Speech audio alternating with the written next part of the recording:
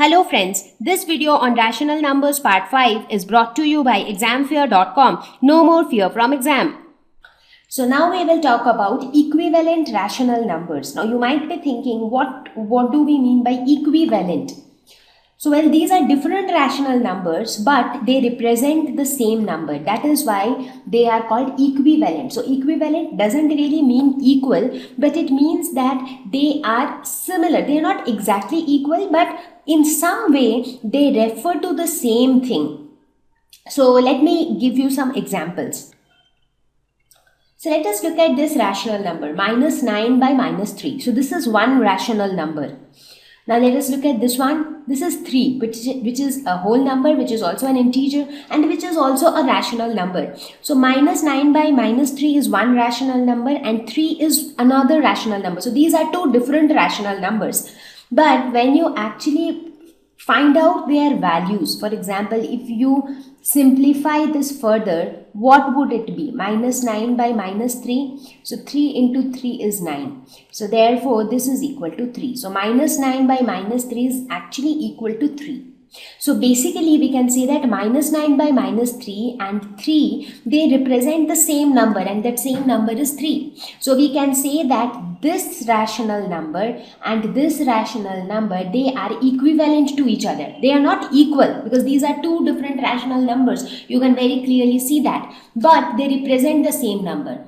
So they are called equivalent rational numbers. Let us take another example, 21 by 7. This is also a very different rational number, right? But again, when you find out its value, so 7 into 3 is 21. So here also the value is 3. So you can say that 21 by 7 minus 9 by minus 3, 3. These are all equivalent rational numbers because they all represent the same number. So let us see, how do we find equivalent rational number of a particular number. So here the given number is 2 by 3. We have to find out equivalent rational numbers of 2 by 3. So what do? It is pretty simple. The tip to find out equivalent rational number is that you multiply the numerator and the denominator by the same number. So here the given rational number is 2 by 3. So what are we going to do? We will multiply the numerator. So this is the numerator and this is the denominator. So we will multiply the numerator and the denominator by the same number. So why are we multiplying it with the same number? That's because it is something like this. Let's say I give you 2 rupees and I take 2 rupees from you. So what happened? Let's say that you had rupees 10. I gave you 2 rupees and I immediately took back 2 rupees. So what is the amount that you have with you? You still have 10 rupees, right? So whatever you had remained undisturbed with my giving and taking away the money. But if I would have just given you 2 rupees and never taken anything back, in that case your balance would have changed from 10 to 12. So the same is true here. When you multiply the numerator and the denominator with the same number, you are basically multiplying the number by 2 and again dividing it by 2. So overall the number remains same. So if we multiply the numerator and the denominator by the same number, the given rational number remains the same. But at the same time, you get a different rational number, that is 2 2s are 4, 3 2s are 6. So 4 by 6 is a different rational number than 2 by 3. However, both of them represent the same value. So similarly, if you multiply both the numerator and the denominator by 3, so you get 6 by 9. Similarly, if you multiply the numerator and denominator by 4, you get 8 by 12. So not only by positive numbers, if you want, you can even multiply the numerator and the denominator by negative integers. So you get minus 2 by minus 3. Now when you look at all of these, 4 by 6, 6 by 9, 8 by 12, minus 2 by minus 3, these are all equivalent rational numbers of 2 by 3. So they are all equivalent to each other and they are also equivalent to 2 by 3. So this is how we find equivalent rational numbers. Now you might say that okay, this was a small number 2 by 3, so it was pretty easy to multiply. Now let's say I have a bigger rational number, something like 112 divided by 80. So what do we do in this case? Because in this case, if we start multiplying it by 2, 3 or 4, so that multiplication also becomes tedious because the numbers involved here are big.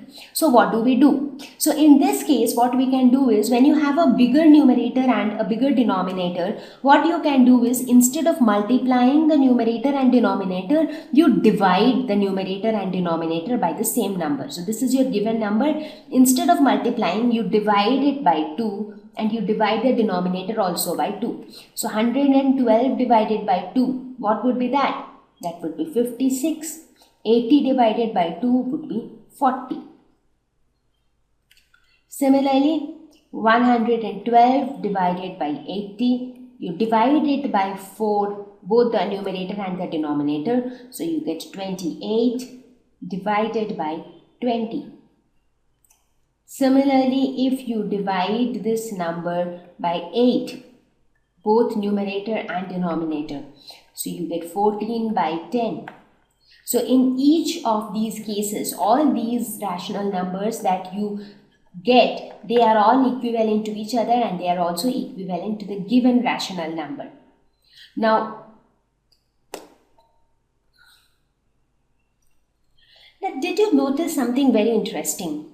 Why was it possible for us to divide both the numerator and the denominator by a number which could divide the numerator and the denominator completely? For example, here, if you look at the first case, where I divided both numerator and denominator by 2, and 2 could divide both these numbers exactly. That's because 2 was a common divisor of 112 and 80. Similarly, 4 was a common divisor of 112 and 80. We have learned about factors and multiples, right, in one of our previous lessons. So we have seen, so with that knowledge, we see that 2 is a common factor of 112 and 80. 4 is a common factor of 112 and 80. Again, 8 is a common factor of 112 and 80. And that is why it is possible for us to divide the numerator and the denominator exactly by the same number, because that number is a common divisor or common factor of both numerator and denominator.